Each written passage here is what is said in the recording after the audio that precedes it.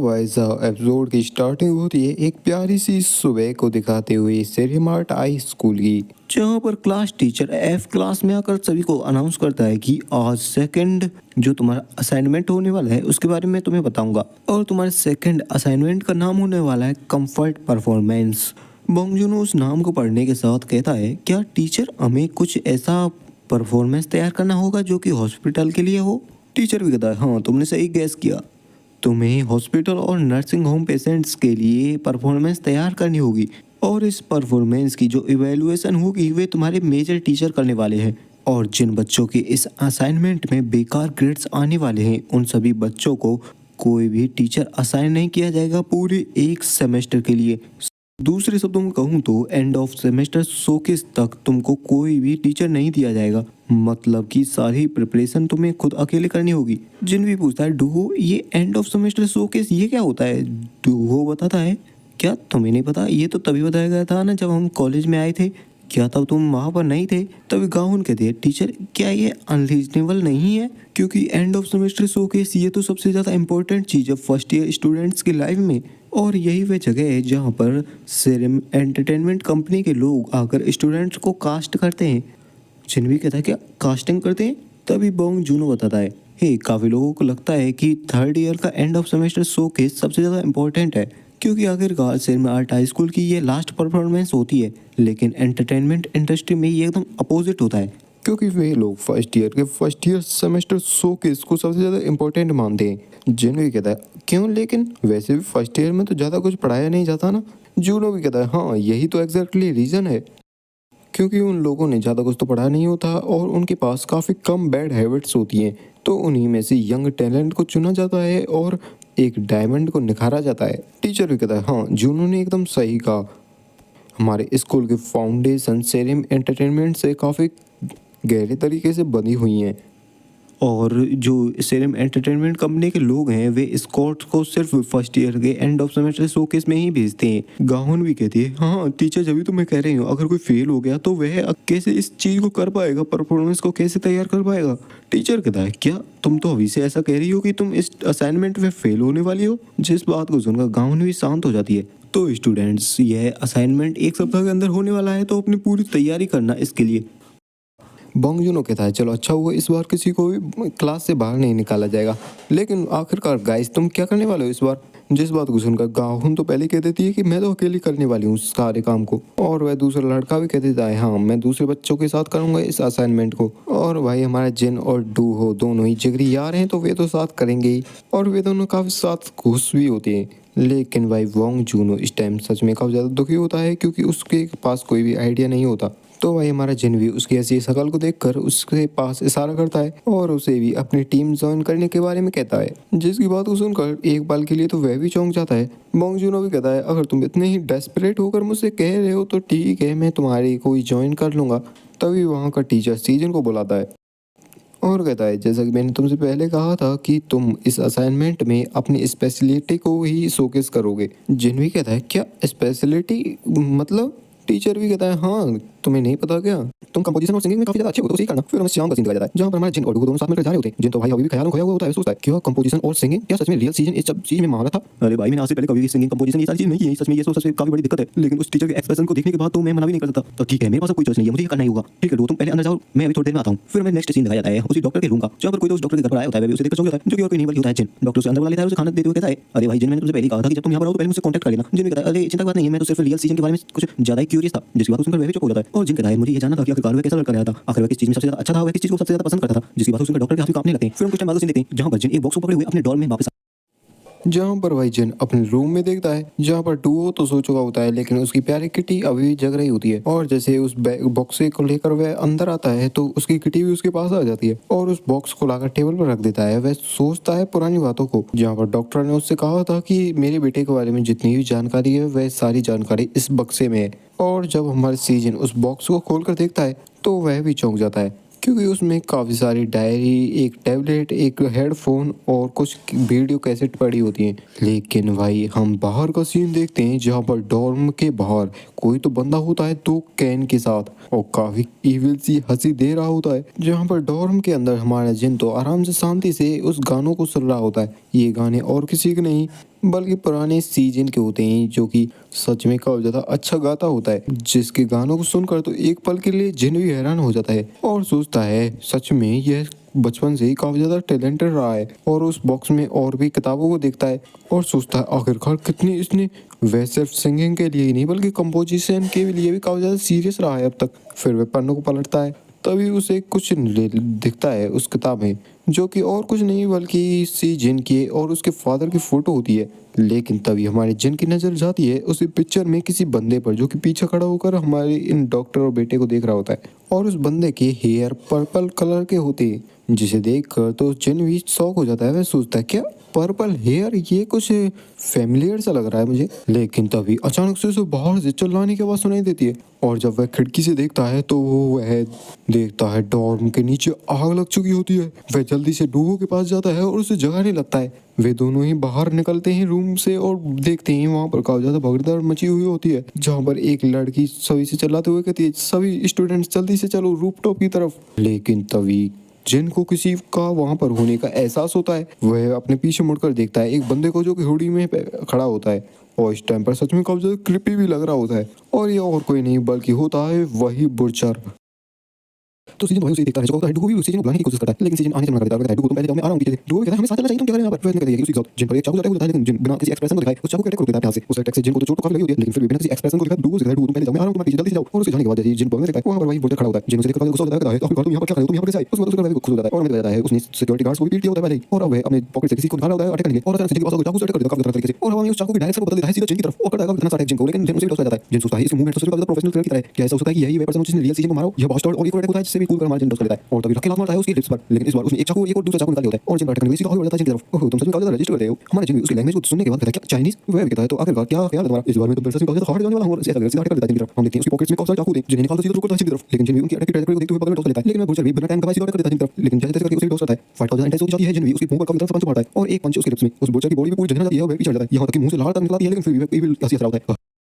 ये इसमें तो काफी ज्यादा मजेदार आ रहा है, मुझे आगे जाकर और बाकी के बचे हुए सुअरों को भी पकड़ना चाहिए। जो भी उसकी ऐसी बातों को सुनकर चौंक जाता है। वह कहता क्या बाकी के बचे हुए सुअर? वह भी कहता हाँ वही सुअर जो कि अभी अभी छत पर गए हैं। जिन उसकी बात को सुनकर सन्न खड़ा रह जाता है, उसे याद आता है डुओ के बारे में और उसकी ऐसी बात को सुनकर हमारे जिन भी सोचता है सच कहूँ तो अब तक मैं कभी भी किलर नहीं बनना चाहता था, तो इसलिए मैं अब तक होल्ड बैक कर रहा था। लेकिन आज मैं होल्ड बैक नहीं करूंगा, मैं दिखाऊंगा अपने असली किलर वाले रूप। और उठा लेता है एक चाकू को और सीधा अटैक करने के लिए बढ़ जाता है उस किलर की तरफ। उन दोनों के बीच काफी तगड़ा क्लैश देखने को मिलता है और फाइट के बीच में हमारा जो जिन होता है वह रख के लात मारता है उस किलर के मुंह पर। लेकिन उस बुरचर ने अपने मुंह के सामने अपने हाथ को लाकर डिफेंस कर लिया होता है और काउंटर अटैक में वह भी अपने नाइफ से हमारे जिन को वो अटैक करता है। लेकिन हमारे जिन ने देखते ही देखते उस पर काफी सारे नाइफ्स के अटैक कर दिए होते हैं और उन अटैक्स को करने के बाद आगे भी आ जाता है। उसके मुंह से तो ऐसा पानी की पिचकारी निकल जाती है और वह जल्दी से अपने पीछे देखता है। लेकिन हमारा जिन फुर्ती से उस बुरचर के आगे आ जाता है और रख के पंच मारता है उस बुरचर में, जिससे वह भी दूर जाता है। लेकिन अपने आप को कुछ जैसे तैसे करके संभाल लेता है और अपने मुंह पर लगे हुए उस लाल को हटाते हुए कहता है ये सच में काफी ज्यादा दुखता है। जिन भी कहता है अभी तुम्हें चोट लगी कहाँ है सन ऑफ विच? तभी वह वहीं पर सन खड़ा रह जाता है। तभी हमारे जिन कुछ रियलाइज करता है, वह देखता है कमरे में चारों तरफ धुआं ही धुआं होने लगती है और वह बुरचर उसे तो कुछ फर्क ही नहीं पड़ रहा होता। जिन भी सोचता है क्या मुझे सांस नहीं आ रही और मुझे कुछ दिखाई नहीं दे रहा।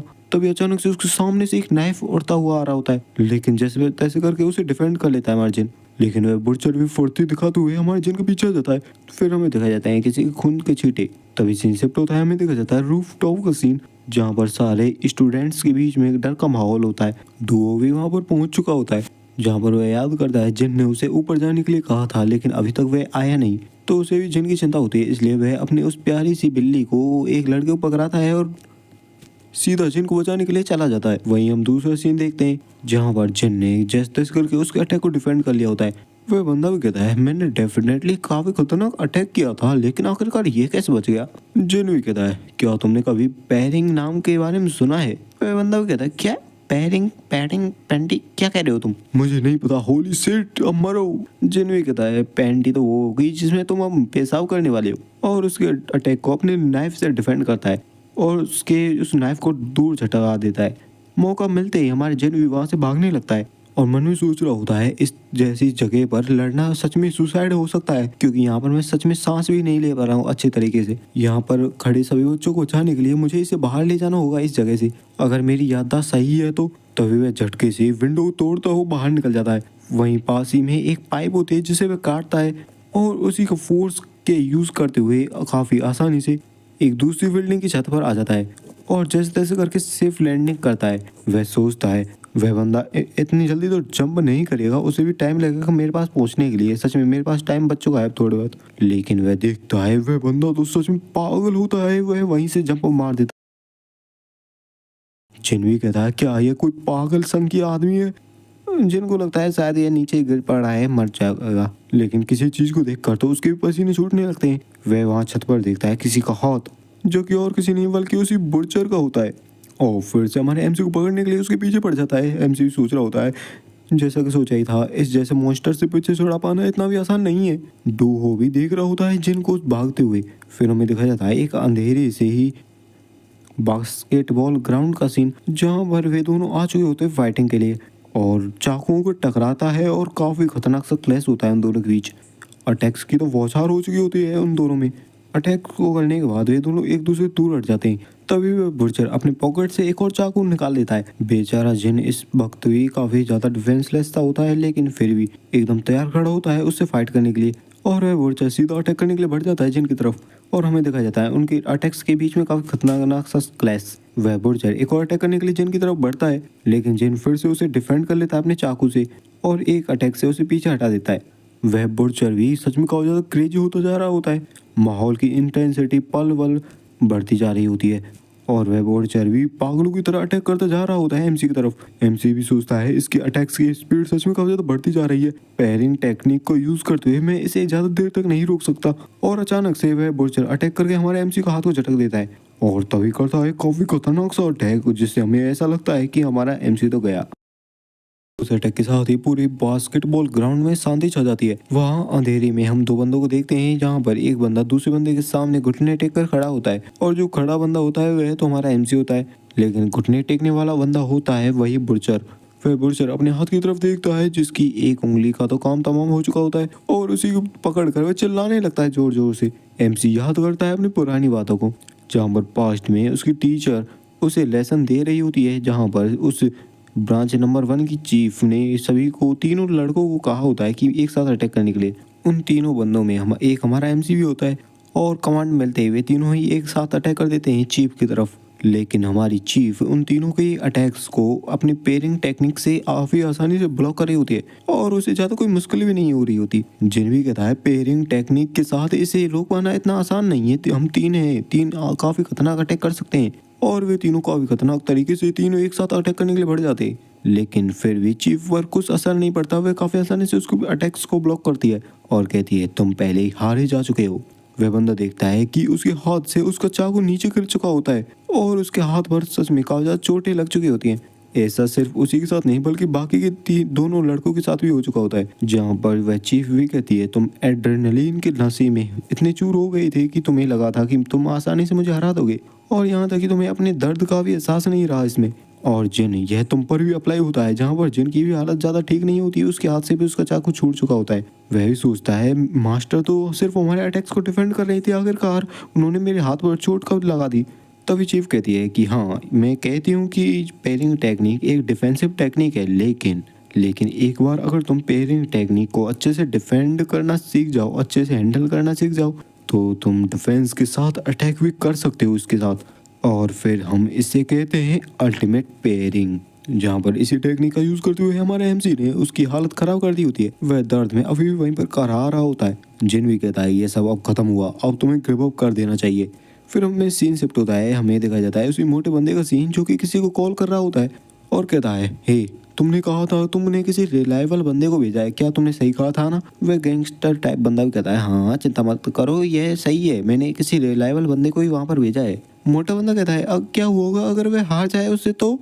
वह गैंगस्टर बंदा भी कहता है आखिर तुम कह भी कह रहे हो, एक हाई स्कूल स्टूडेंट जो कि दिन भर सिर्फ वेबटून को पढ़ता रहता है वह कैसे ही किसी को हरा सकता है, और जिस बंदे को मैंने भेजा है वह इतना भी आसान नहीं होने वाला।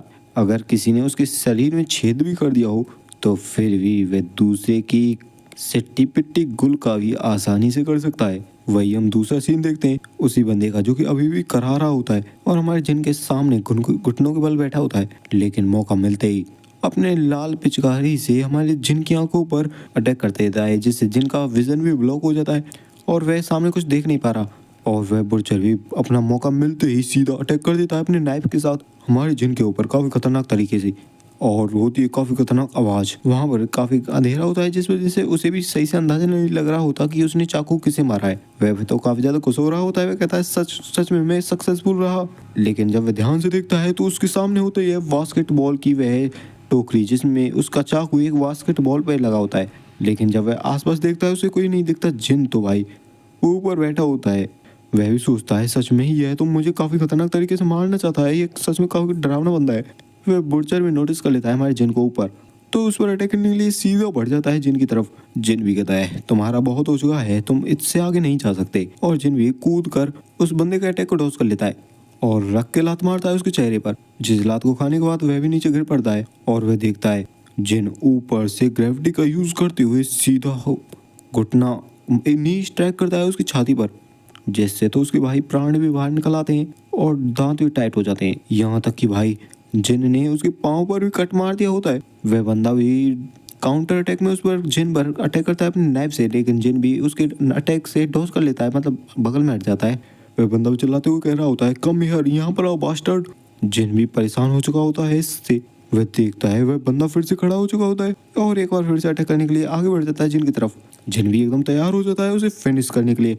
और एक बार फिर से हमें खतरनाक फाइट दिखाई जाती है उन दोनों के बीच, जिनके नाइफ्स के बीच में काफी खतरनाक क्लैश हो रहा होता है। लेकिन हमारा जिन फिर से एक नी स्ट्राइक करता है उसके पेट पर और एक पंच का हमला, जिससे उसके मुंह से भी बेमल पिचकारी निकल जाती है। और एक लास्ट अटैक करता है अपने नाइफ से। हमें लगता है उसका तो काम तमाम, लेकिन हमारे एमसी ने उसके नाइफ को उसी के गर्दन के पास थोड़ा पास लाकर रोक दिया होता है। लेकिन उसके पीछे के उस अपने मुक्के से उसके मुंह पर काफी खतरनाक अटैक करता है, जिससे वह बंदा वहीं नीचे ढेर हो जाता है। एमसी भी सोचता है अब मैं ज्यादा लोगों को नहीं मारना चाहता और ऐसा सोचकर वहां से जाने लगता है। लेकिन नहीं, वह बंदा एक वो फिर से हमारे एमसी पर अटैक करने के लिए आगे बढ़ जाता है और इस बार फिर से लगता है कि एमसी तो गया। लेकिन एमसी ने इस बार उसके हाथ का एक काम तमाम कर दिया होता है, वो भी काफी आसानी से, जिनको ऐसे टॉप रैंक किलर नहीं कहा जाता। एमसी भी इतना ज्यादा आगे बढ़ने के बाद थक चुका होता है। वह भी कहता है अब रुक जाओ, मैंने तुमसे कहा बास्टर्ड तुम रुक जाओ। और इस बार लगता है वह बेहोश हो चुका होता है। एमसी भी वहां से जाने लगता है। वह कहता है तुम्हारे लिए अच्छा होगा कि तुम ऐसे ही पड़े रहो ताकि तुम और ज्यादा जीवन जी सको। लेकिन लिटरली भाई इस टाइम पर वह एक डीमन की तरह हमारे एमसी के फिर से पीछे जाता है अटैक करने के लिए और वो लिटरली एकदम पागलों की तरह हंसने लगता है। और इसी के साथ ये चैप्टर यही एंड होता है। वीडियो को लाइक चैनल सब्सक्राइब कर देना। नेक्स्ट चैप्टर में पता चलेगा क्या जिन इस अटैक को रोक पाता है, क्योंकि जिन भी इस टाइम तक काफी ज्यादा थक चुका है, इस हालत में नहीं है कि अटैक को रोक भी पाए। वो तो अगले चैप्टर में पता चलेगा। Thanks for watching.